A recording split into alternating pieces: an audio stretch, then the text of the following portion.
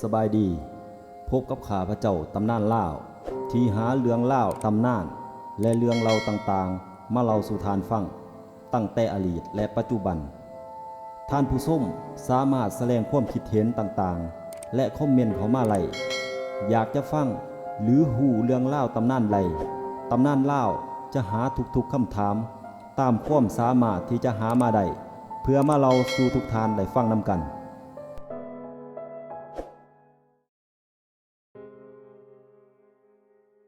คลิปนี้ตำนานลาวจะพาทุกท่านมาหูจักเกี่ยวกับตำนานของการสร้างพระธาตุอิงหั่งอยู่แขวงสวรรณเขตว่าจะเป็นมาแนวใดถ้าพร้อมแล้วมารับฟังพร้อมๆกันพระธาตุอิงหั่งว่ากันว่าเป็นพระธาตุคู่แฝดของพระธาตุพนมที่อยู่ประเทศไทยโดยพระธาตุอิงหั่งมีความสูง25 เมตรตั้งอยู่ห่างจากตัวเมืองตามทางหลวงเลขที่13ไต่ประมาณ13กิโลเมตรเลียบถนนไปบ้านโพ้นสิมแขวงสวรรณเขตมีภาพสลักนูนสูงออกแนวฮินดูประลับประลาอ้อมพระธาตุน่าจะเป็นศิลปะเขมรอ้อมฟ้ากำแพงพระธาตุลานในเป็นสารวนอ้อมมีพระพุทธรูปเลี้ยงเป็นแถวยาวตลอดทั้ง4ลานเห็นว่าเป็นการรอโดยพุทธศาสนิกชนทั้งชาวลาวและไทยร่วมกันคำว่าอิงหั่งหมายถึงอิงต้นหั่งซึ่งเป็นต้นไม้สำคัญในตำนานแห่งพระพุทธประวัติความเป็นมาของพระธาตุอิงหั่งพระธาตุอิงหั่งสร้างขึ้นในสมัยอาณาจักรศรีโคตบองประมาณพ.ศ. 400อยู่ในสมัยพระเจ้าสุมิตะธรรมวงศาพระองค์สร้างขึ้นตามคำแนะนำของเอกอัครราชทูตสมัยพระเจ้าอโศกมหาราชที่เดินทางเข้ามาเผยแผ่พุทธศาสนาในสุวรรณภูมิขังทำอิฐไล่สร้างเป็นถาดกูเมื่อสร้างเสร็จสิ้นแล้วไล่อัญเชิญพระบรมสารีริกธาตุกะโหลกสันหลังของพระพุทธเจ้าที่อัญเชิญมาจากกรุงราชคฤห์มาประดิษฐานไว้ในถาดกูเพื่อเป็นเครื่องหมายแทนสถานที่ปรินิพพานที่องค์สัมมาสัมพุทธเจ้าเสด็จปรินิพพานในป่าหั่งตามตำนานอุลังคธาตุกล่าวว่าในสมัยพุทธกาลองค์สัมมาสัมพุทธเจ้าได้เสด็จเปิดโลกและรับอาราธนาสันภัตตาหารที่บริเวณนี้ต่อมาพระเจ้าสุมิตะธรรมวงศากษัตริย์ผู้ปกครองอาณาจักรศรีโคตบองได้สร้างพระธาตุองค์นี้ขึ้นพร้อมตั้งชื่อว่าพระธาตุอิงหั่งเมื่อถึงศตวรรษที่9อาณาจักรศรีโคตบอง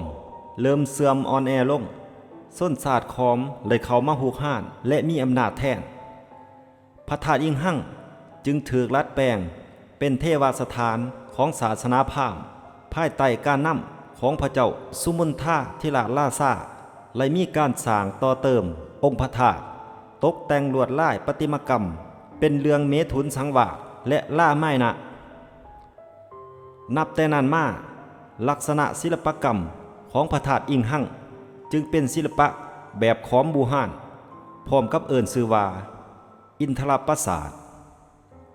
จนถึงศตวรรษที่14ส้นศาสตร์ลาวไล่เขามามีอำนาจแทนขอม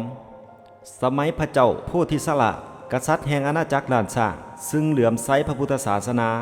ไล่นำผ้าพุทธศาสนิกชนบูรณะปฏิสังขรณ์พระธาตุพนมและพระธาตุอิงหั่ง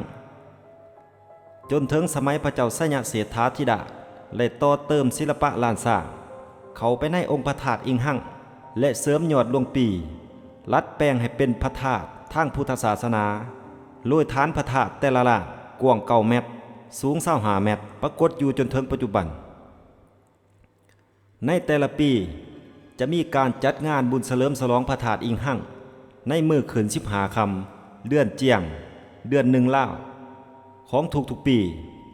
แต่ก่อนแม้นจัดงานบุญเฉลิมฉลองพระธาตุอิงหั่งในเดือน12 เพ็งพร้อมบุญนมัสการพระธาตุหลวงแต่เนื่องจากว่าพระเจ้าสยามเสถาธิดาพระองค์และมีพระราชกิจที่พระธาตุหลวงเพิ่นจึงเดือนมาจัดงานในเดือนเจียงเพ็ง นอกจากนั้น ยังมีตำนานความเสื่อของซุ่มซ่นบ้านอิงหั่งเกี่ยวกับการที่องค์สัมมาสัมพุทธเจ้าเสด็จมาเสวยภัตตาหารอยู่บริเวณนี้และเสวยภัตตาหารที่เฮ็ดจากหมูจึงเกิดอาหารเป็นพิษซุ่มซ่นบ้านอิงหั่งจึงบ่มีไผเลี้ยงหมูจนถึงปัจจุบันนี่คือความเสื่อของประชาชนภายในบ้านที่มีความเสื่อความศรัทธาปฏิบัติสืบต่อกันมาอย่างเคร่งครัดจนถึงปัจจุบัน